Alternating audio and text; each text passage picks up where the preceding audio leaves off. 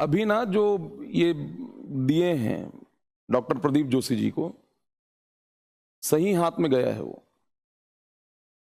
सुधार करने की जिम्मेदारी एकदम सही हाथ में है वो, क्योंकि 7 पेपर का पैटर्न उन्हीं के द्वारा लाया गया था। जितना सुधार 2012 में वो किए थे कि हर साल नोटिफिकेशन आएगा राज्य सेवा परीक्षा का, 26 तारीख ये क्या होगा आपका नोटिफिकेशन, और हर 3 महीने में नोटिफिकेशन आया, 3 महीने में प्री, अगले 3 महीने में मेंस, अगले 3 महीने में इंटरव्यू और अगले 3 महीने के अंदर ज्वाइनिंग। क्या ज्वाइनिंग?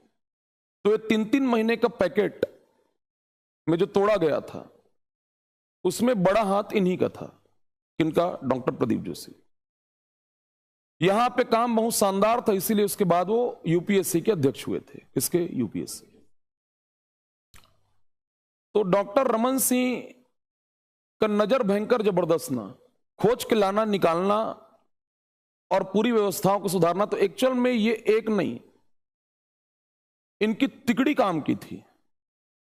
और वो तिकड़ी जो थी ना, उसमें एक तो अध्यक्ष ये थे, सचिव थी रीता शांडिल्य, दूसरी, और तीसरा कंट्रोलर का रोल, बड़ा रोल होता है एग्जाम कंट्रोलर का। और एग्जाम कंट्रोलर थे डॉक्टर ए.के. मिश्रा। डॉक्टर, ये 3 जन पूरा कायाकल्प बदल दिए थे। किसका? सीजीपीएससी। ये लोग गए हैं और उसके बाद दिक्कतें बढ़ी हैं, तो वापस फिर उनको जिम्मेदारी दिया गया है।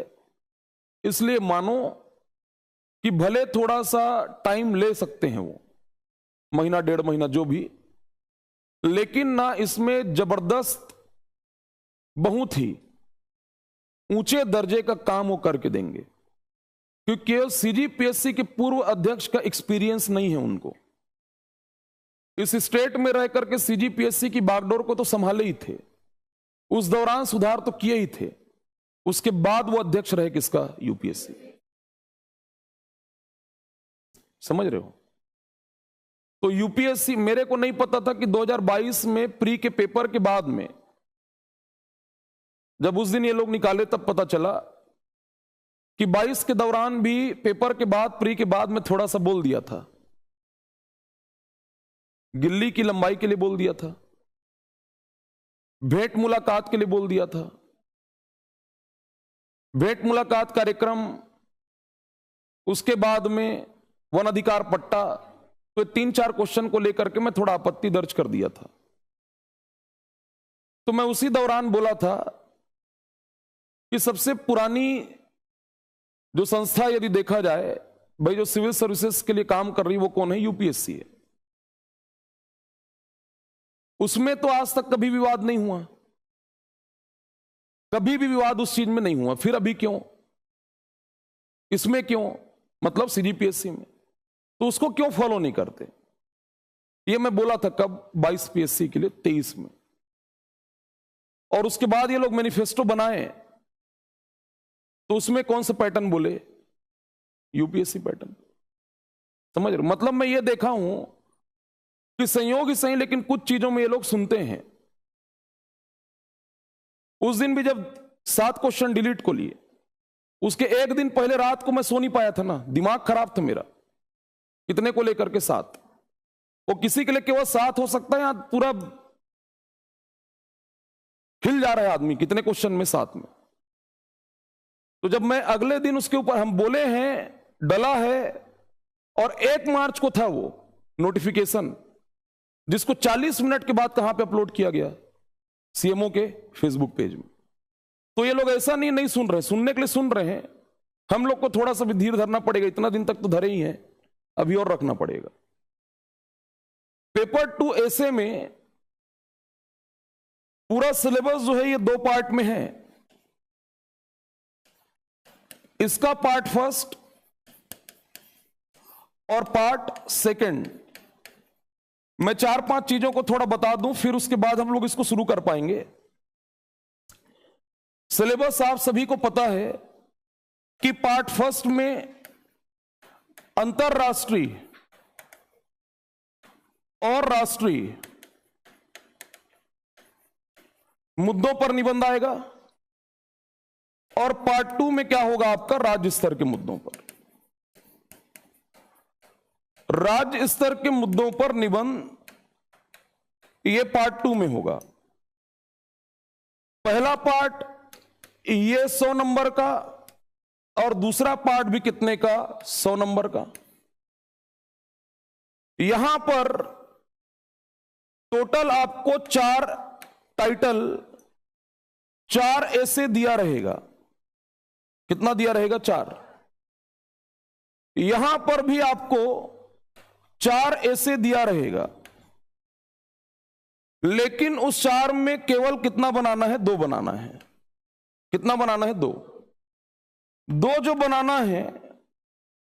एक ऐसे कितने नंबर का है, 50, और एक ऐसे को 750 शब्द लिखना है। कितना लिखना है, 750। 750 वर्ड्स लिखना है। सेम यही चीज यहां पर भी, कि आपको 2 लिखना है। एक ऐसे 50 का है, टोटल 100 नंबर, और यहां पर भी एक ऐसे के लिए शब्द सीमा कितना है आपका, 750 है।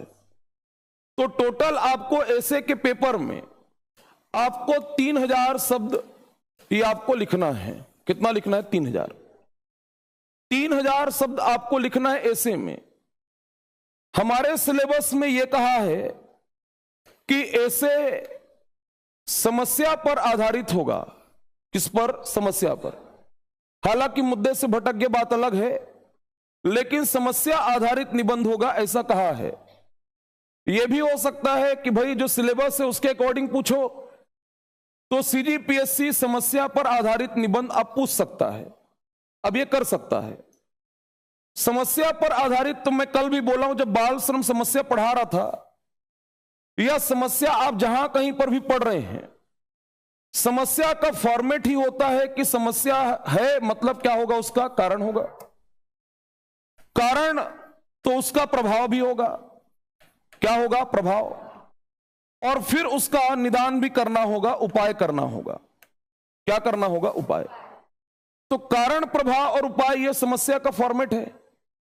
लेकिन आपको सीजीपीएससी कहता है कि आप अपने ऐसे में कारण बताएं।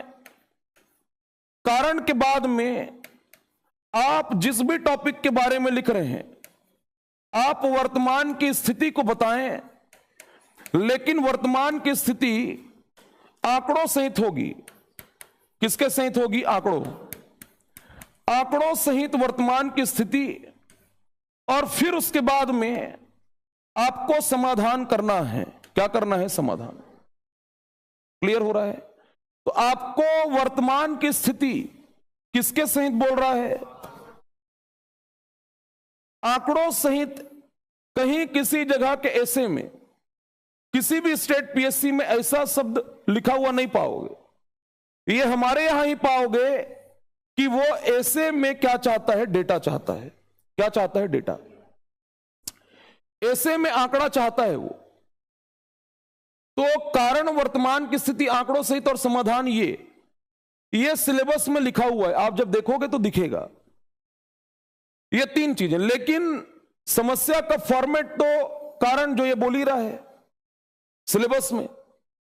समस्या में उपाय उसका करना पड़ेगा, समाधान, ये भी ठीक।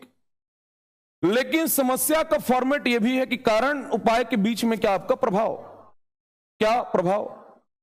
उसके अलावा इसके अकॉर्डिंग हमें इस पर भी जोर देना होगा। किस पर, वर्तमान की स्थिति, आंकड़ों से। क्लियर हो रहा है। कुछ बेसिक जो चीजें हैं ऐसे लिखने के पहले, इसको हम लोग थोड़ा जाने। जो इसकी कॉपी में दिख रहा है, हालांकि इसको भी उस दौरान चिताया गया था जब पढ़ा रहा था।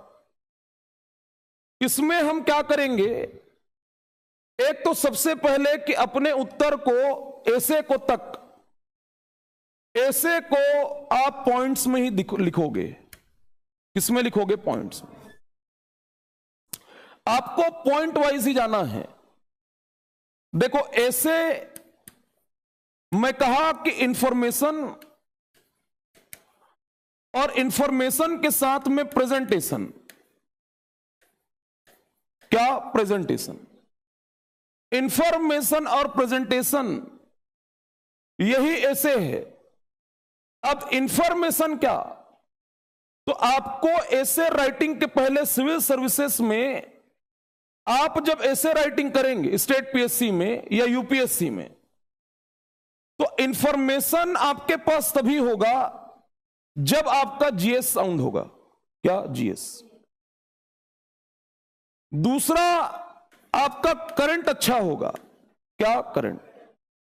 तो जीएस और करंट अफेयर, जीएस का निचोड़ और समसामयिक घटना से अवगत रहना। यदि जीएस का निचोड़ है आपके पास और यदि आप करंट से अपडेट रहते हैं तो आपके पास इंफॉर्मेशन रहेगा। क्या रहेगा? इंफॉर्मेशन वो रहेगा आपके पास। एक तो एकदम थ्योरेटिकली जो बातें हैं वो बता रहा हूं, इसमें कहीं कहीं पर जो मेरा आजमाया हुआ जो चीज है, जो प्रैक्टिकली जो चीज दिखता है, उसको मिला जुला करके और फिर इसका जब हम लोग लिखना शुरू करेंगे ऐसे को, तो फिर ये पूरी चीजें आपको वहां पर मूर्त रूप लेती हुई दिखाई देंगी कि बड़ा रोल सीजीपीएससी में किसका है? आपका इंफॉर्मेशन। तो ये जीएस और करंट का निचोड़ है। जीएस और किसका? करंट का। क्या चीज? और फिर ऐसे में तो मायने रखता ही है क्या आपका प्रेजेंटेशन? क्या मायने रखता है प्रेजेंट? समझ रहे बात को? जब कभी भी आप फैक्ट को दें, जब कभी भी आप फैक्ट दें, कभी भी आप कोई सुझाव दें, क्या दें? सुझाव। जब कभी भी आप सुझाव दें ऐसे लिखने के दौरान, आप एक चीज को नोट करके रखिएगा कि वो सुझाव जो है उसमें आपकी व्यक्तिगत विचारधारा ना हो। क्या ना हो? व्यक्तिगत। समझ रहे बात?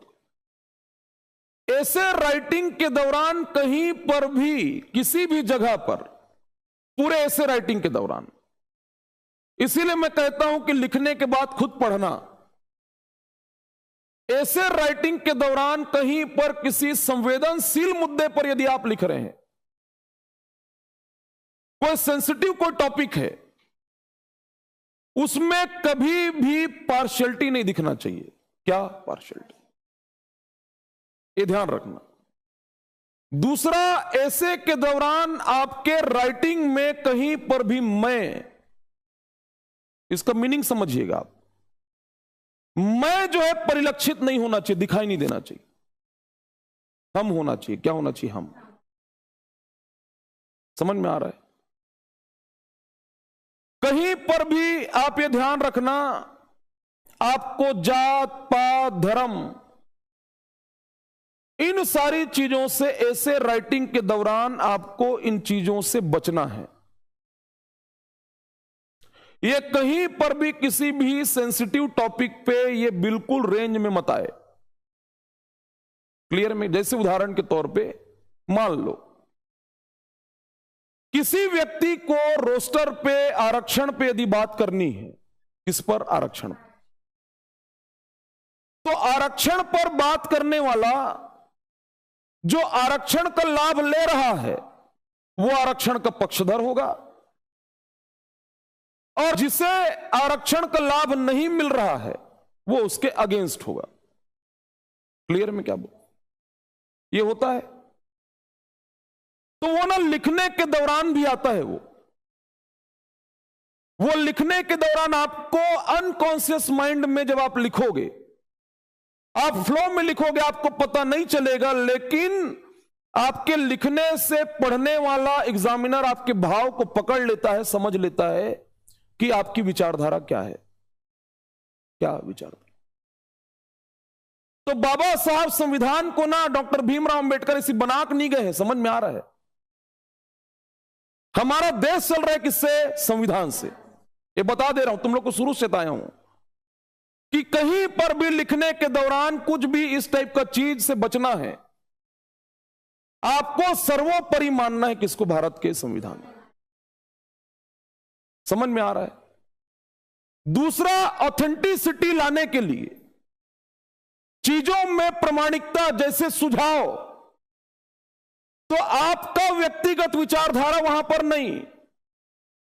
यदि मान लो जाए उस टॉपिक से संबंधित, जैसे मान लो उदाहरण के तौर पे हम सहकारिता पर लिख रहे हैं। किस पर? सहकारिता। सहकारिता पर लिख रहे हैं, तो हम त्रिस्तरीय व्यवस्था को सहकारिता में हम वहां पर रिकमेंडेशन बताएंगे स्वामीनाथन का। किसका? सॉरी, वैद्यनाथन। समझ में आ रहा है? कहां पे? सहकारिता। तो जब हम बताएंगे त्रिस्तरीय, तो उसको प्रामाणिकता, चूंकि हम समिति का नाम दिए तो वहां से क्या मिलेगा? प्रामाणिकता। क्लियर में क्या बोल रहे? आपको प्रामाणिकता के लिए फलाना के अनुसार, समिति के अनुसार, आयोग के अनुसार, ऐसा कर करके, खास करके जब आप सुझाव दे, क्या दे? सुझाव। क्लियर में क्या बोल रहा हूं? इसको आपको अपने राइटिंग में लाना होगा।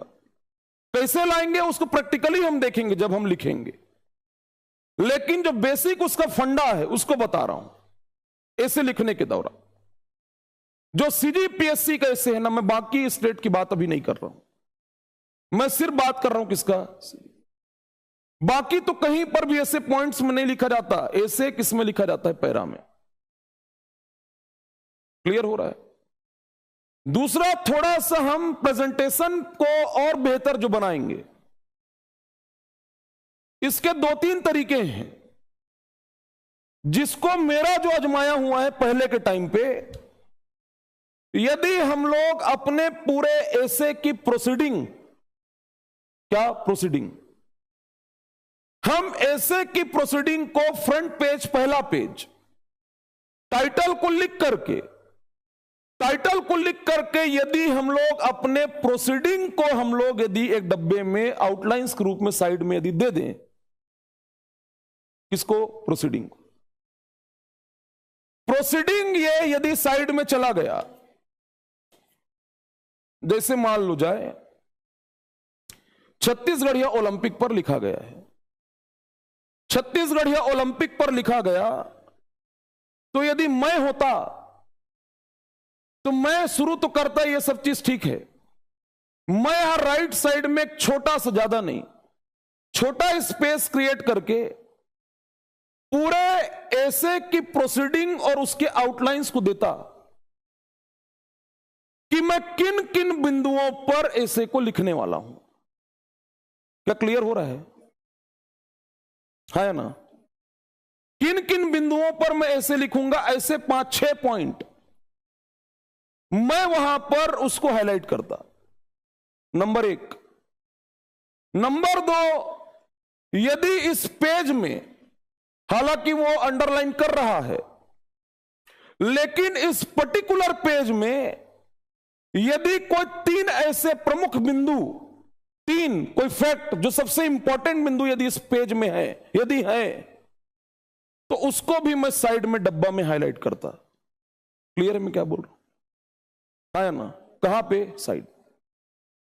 वो 3 चीजों को हाइलाइटर के रूप में देता। ये प्रेजेंटेशन है। आप अपने प्रोसीडिंग, उसको सामने वाले को, यहां पे आप साइड हेडिंग नहीं दे रहे हो कि प्रस्तावना है, लेकिन अपने प्रोसीडिंग में आपने पहला बुलेट दिया, क्या? प्रस्तावना। वो पढ़ करके अंडरस्टूड है उसको कि पहला पेज क्या है आपका? प्रस्तावना। अभी मैं लिख के नहीं बता रहा, इसलिए मैं डिस्प्ले क्यों यहीं पे बता रहा हूं। क्लियर में क्या बोल रहा हूं? पहला बुलेट उसको समझ आता कि किस चीज का है आपका? प्रस्तावना का है। क्लियर हो रहा है क्या? तो आप अपने ऐसे करना, राइट साइड में छोटा सा टॉप में आप क्या बताएं? प्रोसीडिंग बताएं। क्या बताएं? प्रोसीडिंग। अब प्रोसीडिंग ऐसा नहीं होना चाहिए पूरा उसको चार्ट ही बना दे रहे हो मनमाने, ऐसा नहीं। जो प्रमुख 5, 6, 7 जो बिंदु हैं हाइलाइटर के रूप में, उन्हीं चीजों को, या समस्या यदि आधारित है तो पहले प्रस्तावना, फिर कारण, फिर उसके बाद वर्तमान की स्थिति आंकड़ों सहित, उसमें यदि कोई बिंदु निकल के आ रहा है वो उसके रिपोर्ट का आंकड़ा, फिर उसके बाद में उसका प्रभाव, और प्रभाव के बाद में लास्ट में क्या आपका निष्कर्ष, क्या उसको पता लगना चाहिए कि ये इसको फॉर्मेट पता है किसका, समस्या का। आपको पैरा में यहां पर साइड हेडिंग नहीं दे रहे हो ना, तो वहां पर आप साइड में बताओ कि ये क्या है, प्रोसीडिंग है। क्लियर में ऐसी करवा करवा के पहले मैं स्कोर करवाया हूं ना, इसमें नहीं है। एक आध कॉपी मैं दिखाऊंगा जिसमें उसी तरीके की प्रोसीडिंग दिखेगी, और वहां पे तुलनात्मक रूप से नंबर 1, नंबर 1.5, नंबर 2 नंबर भले बढ़ाए, लेकिन यहां तो आधा आधा का वैल्यू है। कितने का? आधा का। आप समझ रहे बात को, है ना?